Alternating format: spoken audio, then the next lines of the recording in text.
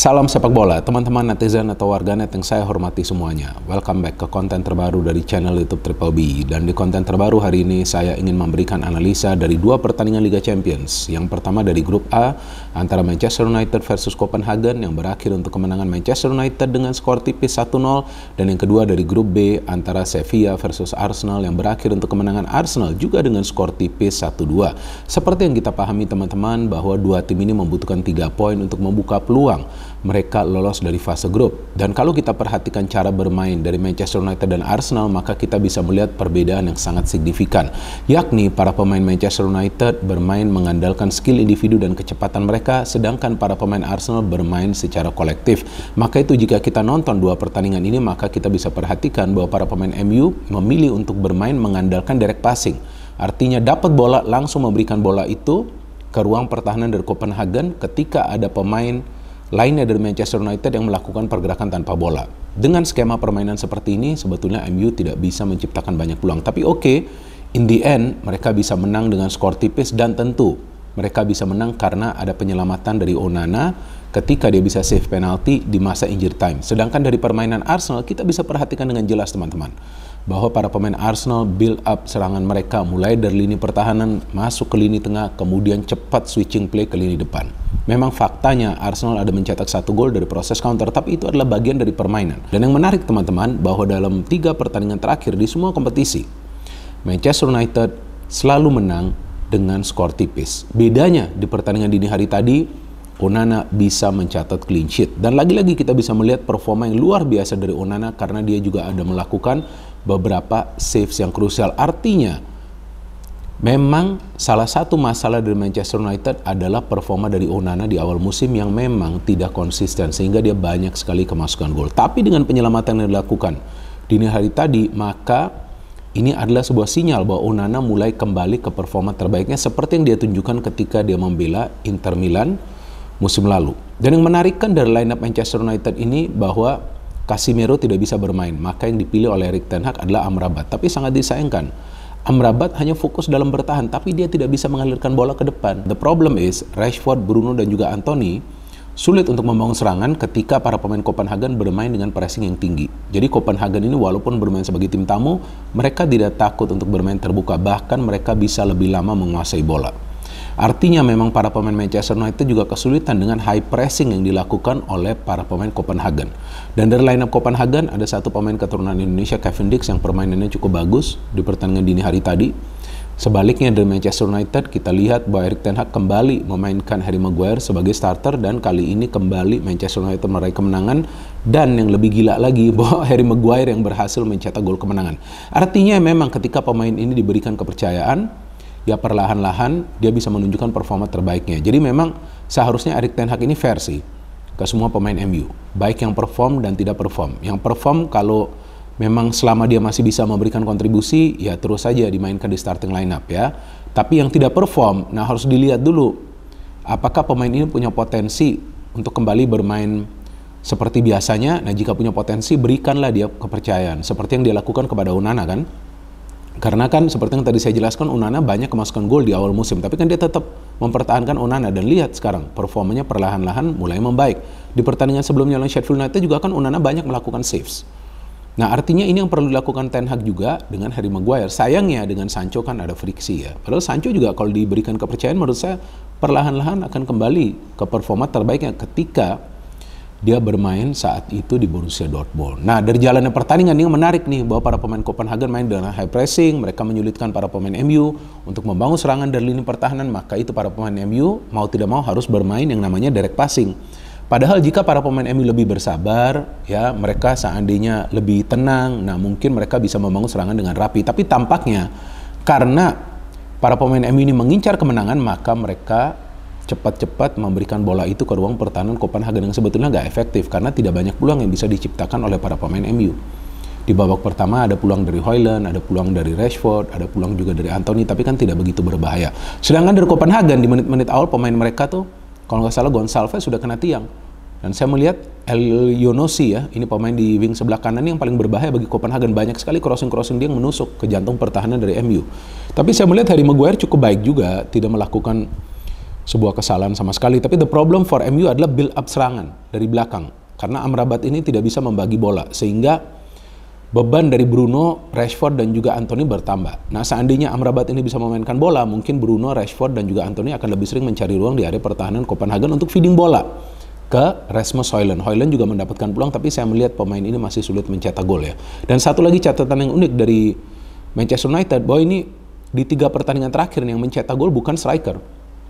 Nah, ini nanti bisa menjadi persoalan nih di match-match besar, apalagi setelah ini kan main di Manchester Derby ya. But anyway, satu plus point dari para pemain MU adalah bahwa mereka bermain dengan determinasi yang luar biasa. Jadi mereka tidak mau menyerah begitu saja, apalagi bermain di kandang sendiri, dan sebelumnya mereka kalah lawan Galatasaray. Jadi saya melihat ketika para pemain MU ini buntu dalam membangun kreativitas serangan, nah disitulah saya melihat Eriksen muncul sebagai penyelamat. Walaupun Eriksen bukan mencetak gol, tapi kalau menurut saya Eriksen adalah penyelamat bagi Manchester United. Dan disinilah saya melihat kejelian dari Erik ten Hag. Kali ini dia tidak menunggu lama dan dia menarik keluar Amrabat karena no creativity from Amrabat. Seandainya Amrabat bermain dengan Casemiro mungkin bisa tertutup nih minimnya kreativitas dari Amrabat karena Casemiro akan lebih banyak maju kan. Dan ketika Eriksen masuk, teman-teman bisa perhatikan bahwa Eriksen lebih banyak memberikan umpan-umpan kunci. Maka itu akhirnya MU bisa mencetak gol ketika Eriksen memberikan umpan kepada Maguire dan Maguire bisa mencetak gol. Ini gol yang spesial bagi Maguire karena kita tahu dia terus-terusan dikritik, tapi sekarang tampaknya dia sudah mendapatkan tempat sebagai pemain inti di lineup Manchester United. Tapi kemudian sangat disayangkan McTominay melakukan pelanggaran. Padahal McTominay ini permainannya bagus banget. Bahkan dia mendapatkan peluang untuk mencetak gol. Ada 2 peluang. Garnacho juga ketika masuk. Nah, ini Erik ten Hag juga pintar memainkan Garnacho untuk menambah agresivitas di depan kan. Nah, ketika Garnacho ini masuk, nah saya melihat Garnacho lebih agresif, bahkan dia mendapatkan peluang untuk mencetak gol. Tapi kemudian ada pelanggaran juga dari McTominay. Nah, ini saya kaget juga, waduh masa injury time, pelanggaran. Sebetulnya pertandingan ini nggak berjalan menarik sih teman-teman, kalau bagi saya agak sedikit boring, karena para pemain MU juga akhirnya tertahan di area mereka sendiri karena high pressing dari para pemain Copenhagen. Hanya main counter dan switching play saja, transisi. Tapi Copenhagen sendiri sulit untuk menciptakan banyak peluang yang berbahaya, tapi mereka juga bisa menyulitkan para pemain MU di lini pertahanan. Dan ketika penalti itu, saya kira bisa gol nih, 1-1. Ternyata sepakan dari Larsen ya, kalau nggak salah itu pemain, bisa di-save oleh Onana. Dan sebelumnya kalau nggak salah tuh, nggak tahu tuh ngapain tuh Garnacho di titik putih ya. Kayaknya dia kotak-katik tuh titik putih. Dan ternyata Larsen bisa miss, dan this is a special win for MU karena mereka menang kembali dengan susah payah. Tapi yang penting dengan kemenangan ini mereka membuka peluang untuk lolos dari fase grup. Dan sekarang saya ingin membahas pertandingan kedua antara Sevilla versus Arsenal. Di pertandingan sebelumnya lawan Lens, para pemain Arsenal memang terlena dan ya David Raya juga ada melakukan kesalahan ya, passing. Jadi sangat penting di pertandingan ini ketika Arsenal kembali bertanding, apalagi lawan salah satu tim kuda hitam asal Spanyol, mereka harus berhati-hati. Dan saya pikir para pemain Arsenal sinerginya luar biasa, mulai dari pertahanan ke tengah sampai ke depan. Dan saya melihat switching play mereka sangat cepat karena para pemain di depan punya speed. Martinelli dan Jesus luar biasa permainannya, bahkan Tomiyasu di menit-menit awal sudah bisa mendapatkan peluang karena jarak di antara para pemain Arsenal itu tidak jauh. Nah, ini beda dengan para pemain MU yang jaraknya memang lebih jauh. Sehingga ya itu dia, tampaknya memang direct pass menjadi opsi bagi para pemain MU daripada mereka lama menguasai bola. Tapi para pemain Arsenal ini cepat banget build up serangannya karena jaraknya dekat-dekat. Dan mereka juga bisa melakukan pergerakan tanpa bola untuk mencari ruang dengan cepat. Nah, itu yang membingungkan para pemain Sevilla. Sehingga memang Arsenal lebih banyak menciptakan peluang loh di match ini teman-teman. Walaupun ball possession mereka gak tinggi. Dan mereka gak perlu juga ball possession yang tinggi. Teman-teman perhatikan ketika Arsenal lama menguasai bola justru mereka sulit meraih kemenangan. Dan saya melihat bahwa peran dari Gabriel Jesus luar biasa di match ini bersama juga dengan Declan Rice luar biasa. Walaupun kali ini Arteta masih memainkan Jorginho di tengah, tapi saya melihat peran dari Jorginho kali ini lebih efektif karena dia tidak lama menguasai bola, cepat dialirkan bola itu. Jadi memang tidak banyak kesalahan dilakukan oleh para pemain Arsenal dan akhirnya Arsenal bisa mencetak gol melalui counter. It's a good counter attack goal dari Jesus kepada Martinelli. Martinelli yang punya speed dan akhirnya dia bisa mencetak gol memasuki babak kedua. Nah, saya agak khawatir jangan sampai Arsenal bertahan, tapi bagus. Mereka nyerang terus, ya. Walaupun Martin Odegaard tidak banyak kelihatan, tapi Declan Rice yang menjadi motor serangan dari Arsenal ini aneh banget nih. Padahal Declan Rice ini kan adalah defensive midfield, tapi saya melihat bahwa kualitas dia dalam menyerang ini bagus banget. Jadi bisa mengurangi beban juga dari Martin Odegaard. Dan ketika dia memberikan umpan kepada Jesus kotak-katik bola. Sebelumnya juga Jesus hampir mencetak gol di babak pertama. Dan akhirnya Jesus bisa shooting yang akurat untuk menjebol gawang dari Sevilla, membuat skor menjadi 0-2. Nah, ketika 0-2, saya memang feeling kemungkinan Arsenal akan bertahan. Dan ternyata betul mereka bertahan, tapi itulah kesalahan mereka. Ketika mereka bertahan, maka para pemain Sevilla punya ruang dan waktu untuk build up serangan. Possession mereka lebih tinggi dan mereka bisa mencetak gol dari corner ketika Gudelj, pemain mereka menyundul bola dari umpannya Rakitic. Setelah itu, para pemain Arsenal betul-betul fokus dalam bertahan. Beberapa kali mereka mau coba counter, tapi putus di tengah. Nah, artinya ini sebuah pelajaran bagi Arteta, jangan terburu-buru defend.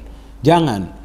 Karena tuh skor 0-2 di kandang tim lawan juga sebetulnya belum aman. Dia tetap harus memberikan pressure kepada para pemain tim lawan. Betul, resikonya pertahanan bisa kebuka, tapi selama konektivitas di antara para pemain Arsenal dan jarak mereka tuh dekat, ya sulit juga bagi Sevilla untuk menciptakan peluang kan. Tapi David Raya juga ada melakukan beberapa saves yang luar biasa. So this is a special win for Arsenal dan MU, dan dengan demikian dua tim ini membuka peluang untuk lolos ke babak selanjutnya teman-teman. Dan bagi MU, jika mereka nanti kembali menang di kandang Copenhagen, berarti mereka punya peluang yang besar untuk lolos dari grup A ini. Sedangkan bagi Arsenal, jika nanti mereka menang di kandang sendiri lawan Sevilla, maka kemungkinan besar mereka akan lolos dari grup B ini minimal sebagai runner up. No hate, no politics, only football. Salam sepak bola.